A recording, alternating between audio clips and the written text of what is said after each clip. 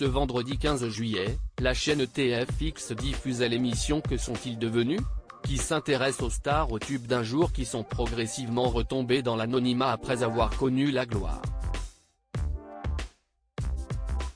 Ce fut notamment le cas d'Indra, la chanteuse et comédienne suédoise.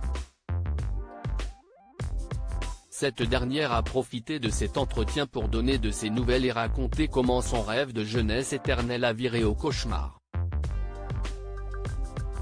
Tout a commencé lorsqu'elle a décidé en 2006 de faire une injection de Botox. Je me rappelle, j'ai eu 2 explosions derrière la nuque. Comme quelque chose qui pétait, tout qui avait lâché. Je sentais la tête qui descendait. J'étais bloqué vers le bas. Je commençais même à avoir une luxation de la mâchoire tellement ça tirait vers le bas, s'est-elle confiée face caméra, en expliquant alors avoir développé un syndrome. Je suis épuisé, un problème que la mère d'Olly s'était empressée d'expliquer aux médecins, mais ces derniers l'ont accusé de se faire des films ou l'ont conseillé d'aller voir un psychologue. Si est-il terrible d'entendre ça. On me dit souvent, pourquoi tu es gonflé? Tu fais des injections? Non, si est-il l'œdème, si est-il le poids, a-t-elle expliqué.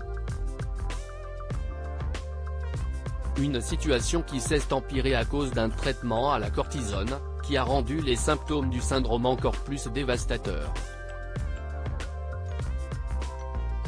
J'étais avec mon fils dans le parc et tout d'un coup ça a lâché. Ça faisait comme des élastiques qui partaient en arrière, comme si on avait lâché.